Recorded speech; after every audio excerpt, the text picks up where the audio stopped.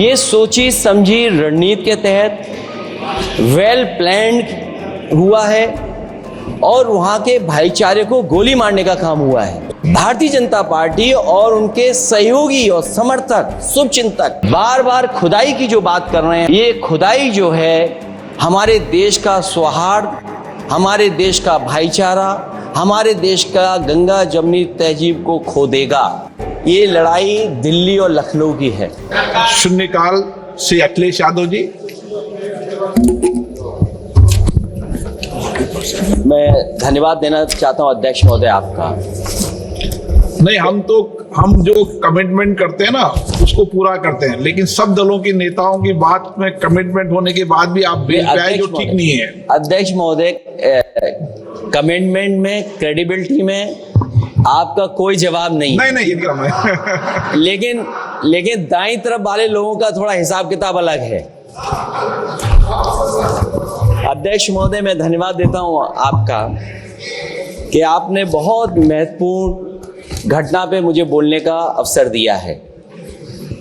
संभल जो इसलिए जाना जाता था कि भाईचारे के साथ वहां रहते हैं लोग, वहां अभी से नहीं, सदियों पुराना भाईचारा हजारों साल से इसी तरह रहते आए हैं।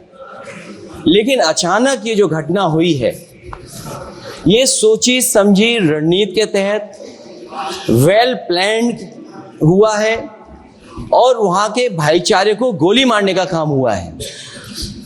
जो घटना हुई है वो सोची समझी साजिश है। वहां जो खुदाई की बात लगातार अध्यक्ष महोदय देश में कोने कोने पर भारतीय जनता पार्टी और उनके सहयोगी और समर्थक शुभचिंतक बार बार खुदाई की जो बात कर रहे हैं अध्यक्ष महोदय, ये खुदाई जो है हमारे देश का सौहार्द, हमारे देश का भाईचारा, हमारे देश का गंगा जमनी तहजीब को खो देगा। मैं आपका धन्यवाद इसलिए भी देता हूं कि इस महत्वपूर्ण जो साजिश हुई, और वो साजिश सोची समझी इसलिए मैं बोल रहा हूं। उत्तर प्रदेश का चुनाव था, पहले 13 तारीख को चुनाव होना था और 13 तारीख के चुनाव को उन्होंने बढ़ा करके 20 तारीख कर दिया।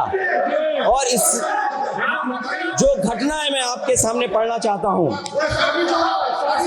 अध्यक्ष महोदय, ये यात्रा रुकी क्यों नहीं है? यात्रा ले जाओ दूसरी तरफ।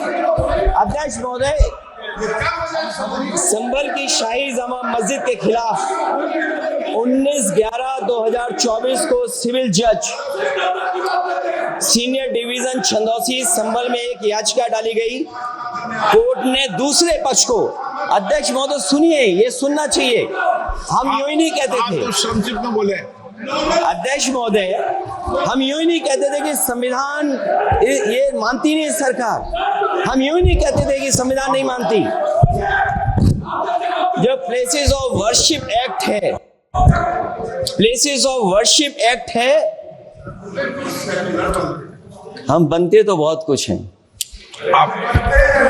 संभल के शाही जामा मस्जिद के खिलाफ 19/11/2024 को सिविल जज सीनियर डिवीजन चंदौसी संभल में एक याचिका डाली गई। कोर्ट ने दूसरे पक्ष को सुने बगैर उसी दिन 19/11/2024 को सर्वे के आदेश दे दिए। ताज्जुब की बात है, संभल के जिलाधिकारी संभल और पुलिस अधीक्षक संभल आदेश को पढ़े बगैर 2 घंटे के बाद सर्वे के लिए पुलिस बल के साथ शाही जामा मस्जिद पहुंच गए। जामा मस्जिद की कमेटी, जनप्रतिनिधि, उलेमा इकराम, सभी अधिवक्ताओं ने सहयोग दिया। जिलाधिकारी संभल और पुलिस अधीक्षक संभल ने 2.5 घंटे सर्वे के बाद कहा सब सर्वे पूरा हो चुका है और अब रिपोर्ट कोर्ट को भेज दी जाएगी। लेकिन दिनांक 22/11/2024 फ्राइडे को जुमे की नमाज के लिए लोग नमाज अदा करने के लिए जामा मस्जिद पहुंचे, लेकिन पुलिस प्रशासन ने बैरिकेड लगा दिया ताकि लोग नमाज न पढ़ सकें। उसके बाद भी लोगों ने संयम बरतते हुए नमाज अदा की और किसी प्रकार का विरोध प्रदर्शन नहीं किया। 29/11/2024 को कोर्ट की अगली तारीख तय थी। शाही जामा मस्जिद की कमेटी और मुस्लिम समाज के सभी लोग कोर्ट में केस की पैरवी के लिए तैयारी कर रहे थे। परंतु दिनांक 23/11/2024 की रात पुलिस प्रशासन द्वारा कहा गया 24/11/2024 यानी अगले दिन सुबह को दोबारा सर्वे किया जाएगा। शाही जामा मस्जिद कमेटी और अधिवक्ता ने कहा कि इस सर्वे तो मुकम्मल हो चुका है, अब दूसरे सर्वे की क्या आवश्यकता है। कोर्ट के आदेश का हमने पालन कर दिया, अगर दूसरे सर्वे कराना है तो दोबारा आदेश करवाएं, कोर्ट के आदेश के बाद हम दोबारा सर्वे करा देंगे। लेकिन जिलाधिकारी संभल और पुलिस अधीक्षक संभल ने कोई सुनवाई नहीं की और तानाशाही दिखाते हुए सुबह के वक्त से पहले शाही जामा मस्जिद आ गए। शाही जामा मस्जिद कमेटी और मुस्लिम समाज के लोगों ने फिर भी धैर्य रखा और दोबारा सर्वे के लिए अंदर ले गए। सर्वे के दौरान करीब 1.5 घंटा बाद जब जनता को सूचना मिली तो वो इकट्ठा होना शुरू हो गए।